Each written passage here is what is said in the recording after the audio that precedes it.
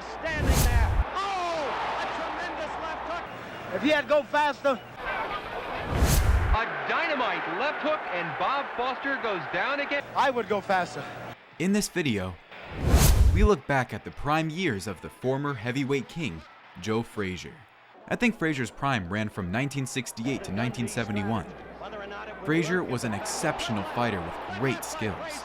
He had terrific power in either hand and a feared left hook. His pressure style is legendary. Frazier started rising through the ranks with an eye-catching performance over Dick Whipperman. The hallmark of Frazier's style was his awesome head movement and continual pressure he would put on his opponents. Notice, Frazier is very difficult to hit, despite his perpetual forward motion. An underrated part of Frazier's game was his jab. Frazier would use his jab in many different ways. In this fight, he mainly uses it to keep the pressure on Whipperman and warm himself into the fight. Once he was in his groove, Frazier started throwing his signature punch, the lead left hook.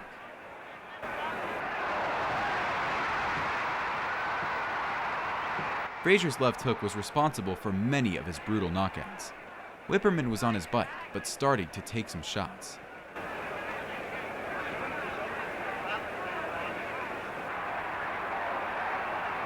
I thought that the referee stopped the fight early. Frazier was looking like he was going to get rid of Whipperman pretty soon though.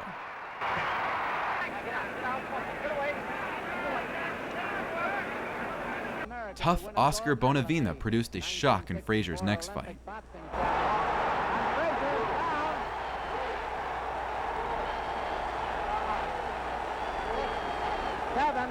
He's taking the mandatory. We've got more than half the round to go. Frazier got right back into it and got on top. Joe Frazier in white, after being knocked down twice and almost out in the second round, Joe Frazier has come back to take charge of the bout.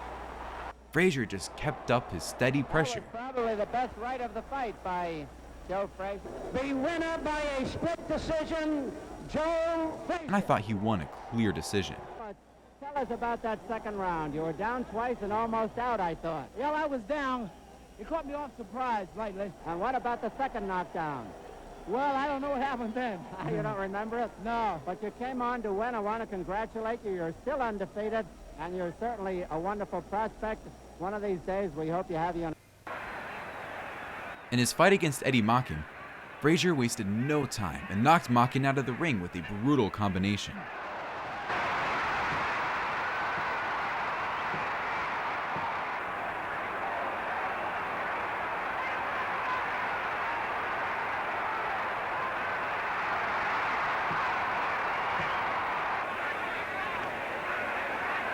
Mockin was a solid fighter in his prime, but in this fight, I think he was very much past his peak.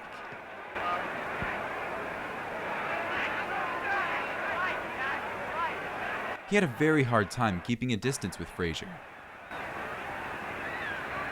Notice how Frazier is constantly moving forward.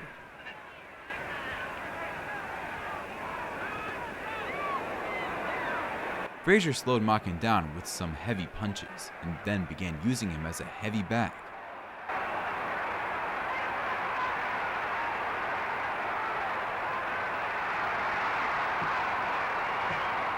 One thing about Frazier was his power was legit, and Mockin took a serious pummeling in this fight. Notice the variety of punches from Frazier.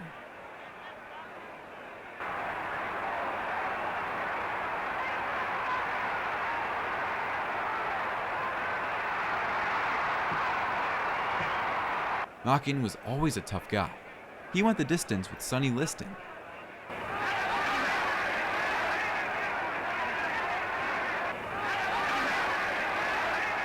Mockin stunned Frazier with a quick punch off the ropes, but business quickly resumed as normal.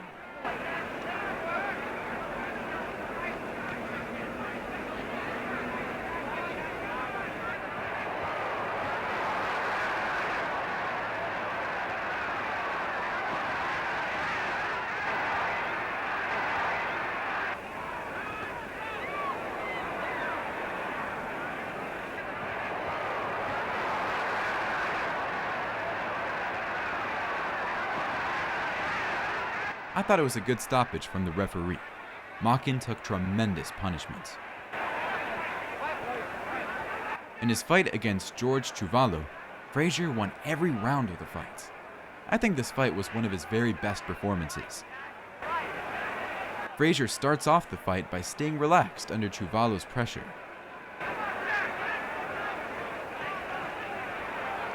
I just love watching Frazier's slick head movements.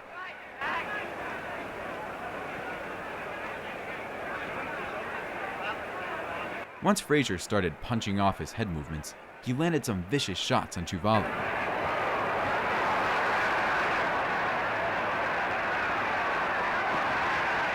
At this stage of his career, Frazier is in his prime and has great mobility on his feet.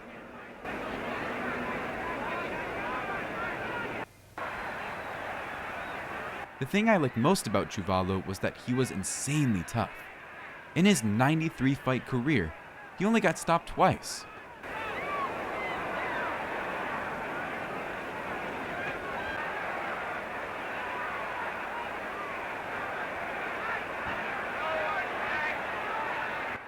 If you knew Chuvalo, you knew he wasn't going to go down without a fight.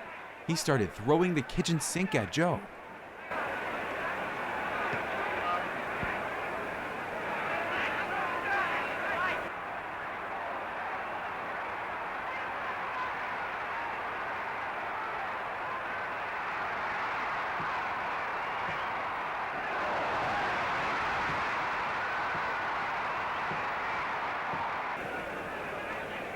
Notice how Chuvalo lands the uppercut inside. But Joe was in his prime here. The use of angles, the lateral movements, the effective and intelligent pressure, it was all on point.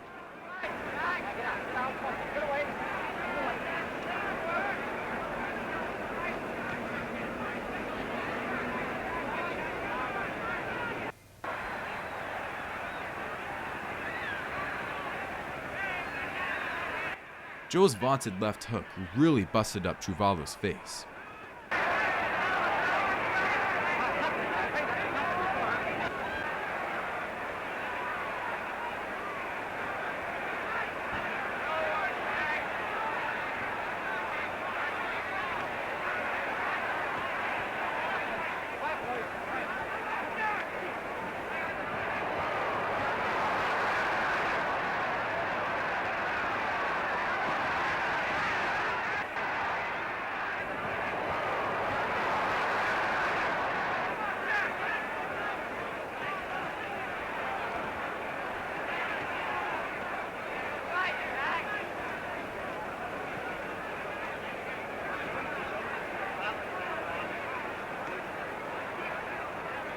In the end, Chuvalo basically quits. It would later be revealed that Chuvalo had suffered a broken orbital bone. What a tremendous performance to make one of the toughest fighters of all time quit. This performance really made the boxing world take Frazier very seriously. As amateur boxers, Buster Mathis had defeated Frazier and earned the opportunity to represent America at the 1964 Tokyo Olympics. But when Mathis broke his hand 3 weeks before the Olympics, the #2 fighter, Frazier, was now on his way to Tokyo. Frazier would go on to win gold. Frazier's best, the left hook. He'll throw it in succession sometimes. Mathis was a very skilled fighter, but he had problems controlling his weight. I think Mathis was a talented fighter who underachieved. Frazier, the little man on the attack. He's little. Hook, a good right hand.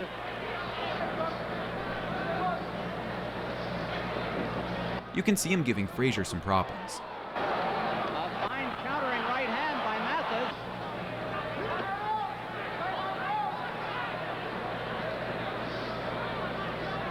Mathis has fine boxing skills and great counterpunching, but I'm not sure why he just couldn't get himself in top condition. There's a trickle of blood from the nose of Buster Mathis. In the amateur fight that I mentioned, Mathis was 300 pounds. Frazier's coming in like Dempsey and Marciano here. Frazier kept plugging away and started to have some success. Frazier seems to be cutting him down little by little.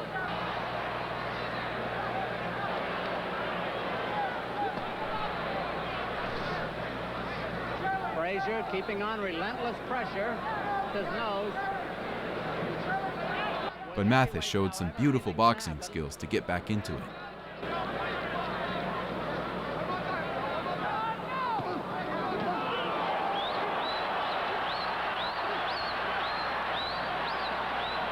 Mathis, full of fight, gave Frazier a rocking that time. Notice how perfect this jab is by Mathis.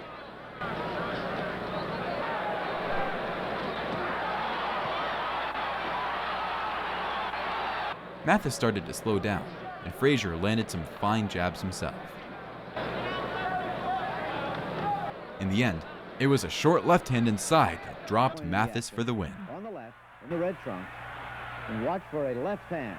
As the referee moves away, I believe it's coming right in here. There. And down he goes. That's the way it happened. Now you really know who was the greatest when I went to the Olympics now. No question. Frazier faced off against big puncher Manuel Ramos next. Ramos shocked everyone when he unloaded the full force of his brutal uppercut onto Frazier's chin.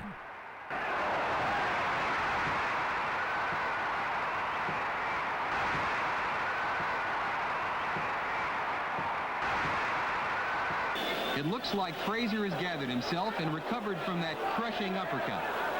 Joe has some cannons of his own, and he throws his bombs from both sides. Frazier went up a few gears immediately and started pounding the crap out of Ramos. Oh, a tremendous left hook by Joe Frazier. Frazier putting tremendous pressure on Manuel Ramos. Ramos on the defense. Frazier typically throwing punches from both sides. Notice how Frazier mixes up to body and head. I have to give total respect to Ramos though. He came for a war with Joe. Ramos here in round two, throwing tremendous punches, most of them landed. Frazier is throwing power with both hands. And Ramos is down from a tremendous left hook by Joe Frazier.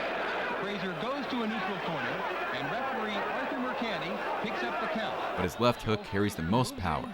And notice how he always finds a way to land it.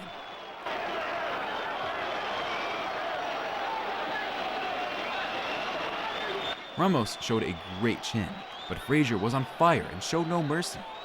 Crushing punches by Joe Frazier. A right to the body, a right uppercut, a left to the body. A tremendous left by Joe Frazier. Manuel's back against the ropes. Another fine left by Joe Frazier. Ramos is taking a tremendous pounding, and down goes Manuel Ramos, sitting on the canvas as referee Arthur Mercanti comes over to look at Manuel, and Manuel says it's all over. Referee Frazier has just one way to fight against all opponents.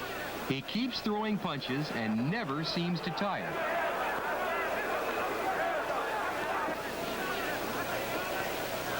A good left by Joe. A right gets in. Tremendous punches by champion Joe Frazier, and down goes Manuel Ramos. Manuel took some of the best punches from heavyweight champion Joe Frazier. Joe Frazier successfully defends his heavyweight championship that goes into the record book as a two-round knockout over a very courageous Manuel Ramos on June 24th, 1968. Joe would love to knock out Bonavena here in front of his hometown fans. Frazier fought in a rematch with Oscar Bonavena next. Bonavena had given Joe a really tough fight back in 1966, and he gave Joe problems again. Frazier still pressing the fight here in round 15, but Oscar comes back with a flurry. Bonavena was super tough, and notice how he throws nice counters at Joe here. Champion Joe Frazier still looking for that knockout here in the final round. Oscar Bonavena, a bull of a man. A tremendous left hook by Joe Frazier. A left uppercut by Joe Frazier. They don't seem to faze Oscar. Joe got into his groove and outworked Oscar. Jones, Buster Mathis, and 6 months ago, Manuel Ramos. All were stopped by this rampaging Joe Frazier, who hates to leave them standing. Notice this brutal left hook dislodging Oscar's mouthpiece. Good punches by champion Joe Frazier. A good good left uppercut by champion Joe Frazier. And there's the end of the fight. Both men are extremely tight as they wait for the decision. All three officials vote for champion Joe Frazier, and it's a very happy champion who congratulates Oscar Bonavena for the fine effort that pushed Joe to... Coming in as a 10-1 favorite, Frazier defended his title against Davey Zyglewicz next. Zyglewicz with a left hook. Zyglewicz taking a left hook. It quickly became clear why Frazier was a 10-1 favorite. You probably feel the pain from just watching these brutal body shots like I do.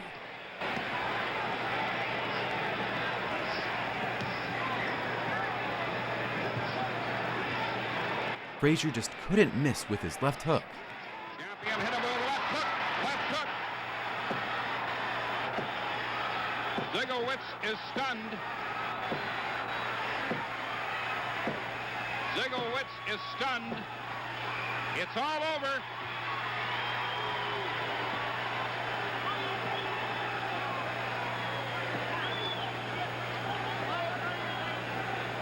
Joe Frazier has knocked out Dave Zyglewicz. I can see me hitting him with body shots, and the body shots, he quiver a little when I cut him with body shots. The body quiver a little, so that way I know I had him in trouble real well. Joe, right below us here, we can see the replay. Maybe you describe what you're doing. There's the first knockdown. Well, see, otherwise, when he throw his right hand, he's dropping it down on low, so all I got to do is bring it up because his right hand reach of me up level. That's why I'm looking for him to open up with the body shot, see? Yeah, see how he quiver right there? And watch him throw that right hand, and gonna drop it a little, and I'm gonna snatch him right in there. See the body shots, how he quiver? The first round was wild. Quarry came out and met Frazier head-on and got the better of the exchanges. Quarry punching, Joe against the ropes, but not hit to go against them, just slipping back against them. A left landed against Joe's head. Joe came in with a right uppercut. Quarry is landing off it. Watch Quarry with those quick hands. A right and a left. This crowd is very much pro-Quarry. Notice how crisp Quarry's left hook is. That was his signature punch. A good left by Frazier and a good counter punch right by Quarry. The Quarry can take a punch better than Frazier. He's got a granite-like chin. Another nice move by Quarry is his double right hand to body, then head. A good right by Quarry that hurt Frazier a little bit. Those who think that Quarry has just the right style for Frazier may be finding encouragement in this round. First round surprising. Quarry carrying the fight to Frazier rather than counterpunching. It'll be interesting to see if... Oh, a good right by Quarry. A counterpunch. Quarry reverts to natural style and counterpunches. Two lefts by Quarry, one to the midsection, one to the neck area. I've noticed in watching Frazier that once his jab was landing like this, he really gained a good rhythm and would really get into the flow. Frazier, oh, a good right by Frazier. An attempt to follow up with a left that missed. Another good left, and Quarry was stung. He's hurt. Now he's trying to fight out of it against the ropes. Frazier is a relentless fighter. He comes and he comes and he comes, and he's willing to absorb punishment. Quarry is a tough kid, I'll tell you that. Frazier took over in the second round, and he started dominating the fight. Joe's strategy was to refuse to give Quarry punching room.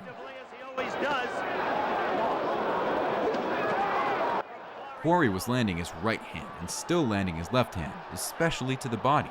Frazier is pummeling Quarry with lefts and rights. Quarry striking back and getting in a good left and right. This is a slugfest. Obviously. First round. A good right, though, by Quarry right there. Oh, a good right by Quarry, and another good right by Quarry. Frazier, when he delivers his left, drops the hand and leaves himself wide open for the right.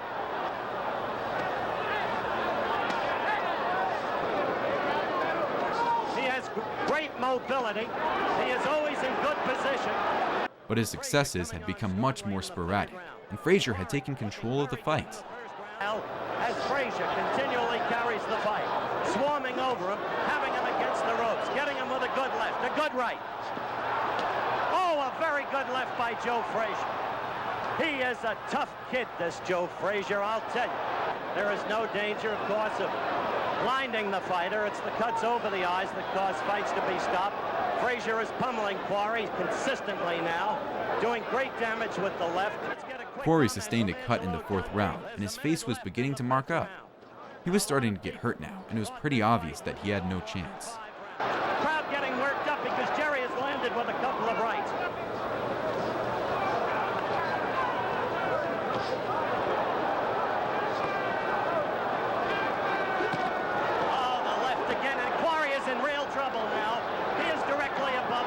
Frazier is awesome to watch at this point in his career. With the exception of the 1st round, Joe Frazier has been pummeling Quarry by one of those Frazier lefts. As Quarry has very great courage and can take a punch as well as anybody I have recently seen in the ring. Frazier got in a good right there. That's a tremendous cut under Quarry's right eye. He's extremely athletic and generates great power in his punches. Long ago. He looks unstoppable. Quarry was taking a pummeling at this point, and I think that only his granite chin was keeping him in it. The fight was stopped by the doctor after the 7th round. He went over to Quarry's corner, examined his right eye. Puffy, closed. The left eye, too, now substantially closed. The vision apparently gone. Quarry crying bitterly. Didn't want the fight to be stopped, but it goes under state rules, and the time has come to talk with Joe Frazier, the winner. Frazier jumping around the ring, as you can see. So my Quarry right hand catch me, but I'm in better condition than him, and I know how to survive them punches. You seen the later rounds, I just stopped and started picking my shots after I had him slow down. If he had to go faster, I would go faster. When do you want to fight Frazier? I'm ready to fight him tonight. I'm ready tonight. I'm in shape. I'm ready tonight. Despite being inactive, many considered Muhammad Ali the rightful champion, despite Frazier being the best active heavyweight. You'd only have to say one thing in this country, and you could be back in boxing tomorrow. First, my case would have to be throughout, draft case. If they don't do that, I'll probably have to do 4 or 5 years in prison. The government fight has cost nearly some $200,000. I divorced my first wife. It cost me about $200,000 in alimony. The judge, he was against me too. I was married 11 months, no children, and I have to pay a woman $1,200 a month for 10 years. This is another thing directed just to me. Money means nothing to me, nor boxing, when it comes to the freedom of your people. So everything I'm doing, if it means hitchhike tomorrow, if it means be raggedy, if it means look for a job, I'll be happy because I can go to bed, my conscience is clear, and I didn't sell out or trade my people just because I could be rich in Hollywood with a yacht out here on my, that could be my yacht right there. Imagine it's valued at $200,000, but I wouldn't want that damn yacht if I couldn't go back over in the black neighborhood and protest a black woman being raped. The hell with the yacht, the hell with the championship. So I want the people to know this, you understand? 2 weeks before Frazier and Ellis would fight, Ali officially retired, stating that he would recognize the winner of their fight as the undisputed champ. Ali's trainer, Angelo Dundee, was training Ellis, and Ali did it as a favor to Angelo, who he was always extremely loyal to. The stage was now set for the Unification fight with Jimmy Ellis. Ellis got off to a good start. His strategy is to win from the outside. Right, a very underrated puncher. Ellis got in a good left and a good right, up to the head of Frazier. Jimmy with a right lead. Jimmy with another right lead that caught Frazier.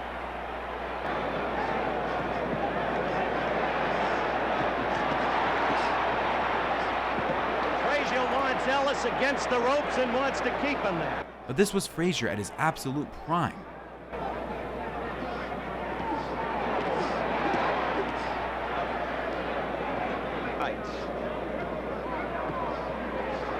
Saw Ellis just now getting the left in. I don't feel confident picking any heavyweight in history to beat Joe at this point. Low with the third left. that snake-like left and follow with the right.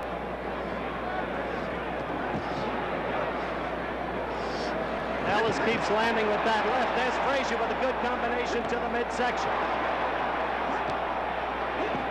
That's where he can hurt Ellis. One thing that I find amazing about Frazier is that his left hook was a punch everyone knew about. But in his prime, nobody could avoid it. It's the Dundee strategy. Whether or not it would work if effective. Good left by Frazier. Ellis hurt. Ellis holding on. Ellis definitely hurt against the ropes. Staggered. Rubbery leg. Glassy eye. Frazier after. Sudden turn in the fortunes of the event. Now, let's see if Ellis can fight him off. Frazier smoking now as he puts it. Another good left. Ellis in trouble. Ellis back against the ropes. Ellis had an insanely good chin and a massive heart. Oh, a good left hook. And Ellis is in real trouble. You saw him stagger. He's fighting back. But Frazier's in definite command.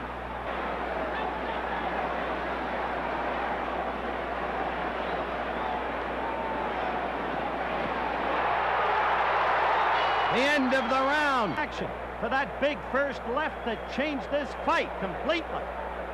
That one was the one that did it. From that point on, as you saw, Jimmy Ellis in desperate trouble.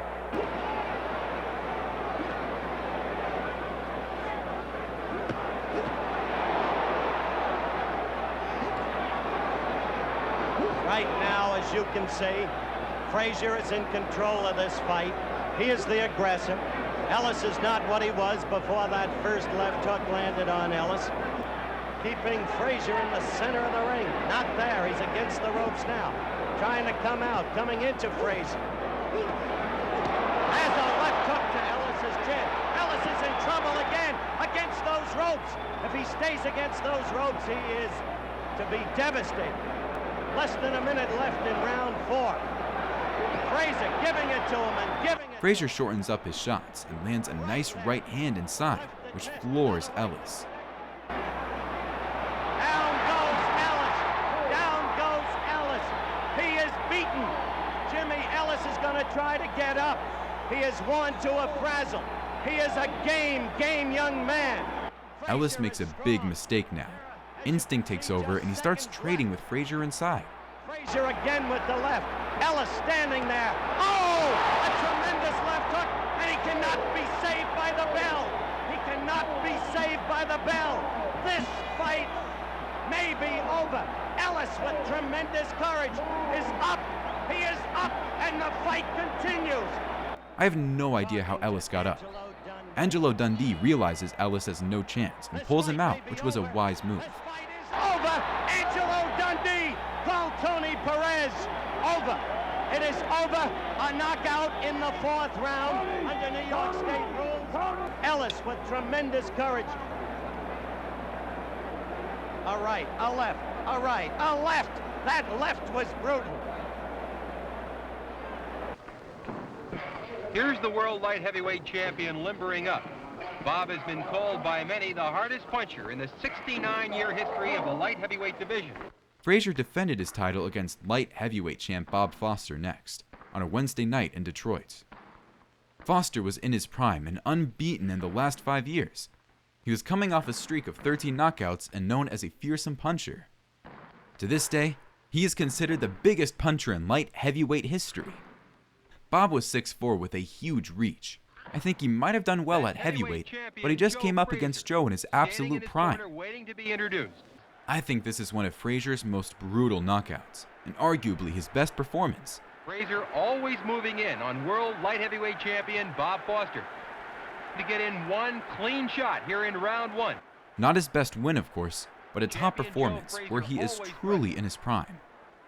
From the outset, Frazier's power shocked Bob. Sharp, jolting punches by Joe Frazier. Bob was in constant retreat, and Frazier's jab, head movements, and lead hooks were all on point. And Joe Frazier comes bombing right back. This is Frazier's version of Tyson versus Spinks. Smokin Joe Frazier's all business in there. Foster had the right tactics. He was circling away from the left hook, but it didn't matter. And Foster is hit with a paralyzing left hook. Frazier goes to a neutral corner as the referee picks up the count. Bob is hurt.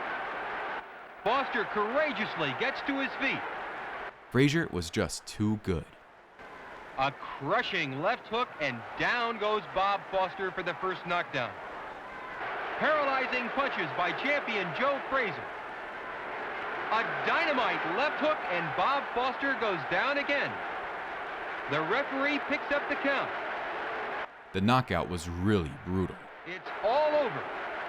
Joe Frazier wins by a sudden, dramatic knockout in round 2.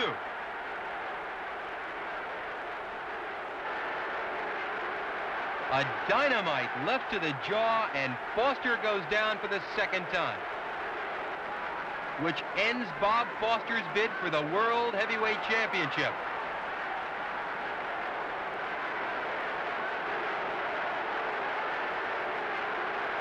Champion Joe Frazier shows why he's the most feared puncher the heavyweights have had since Rocky Marciano was shattering heavyweights all over the ring in the 1950s.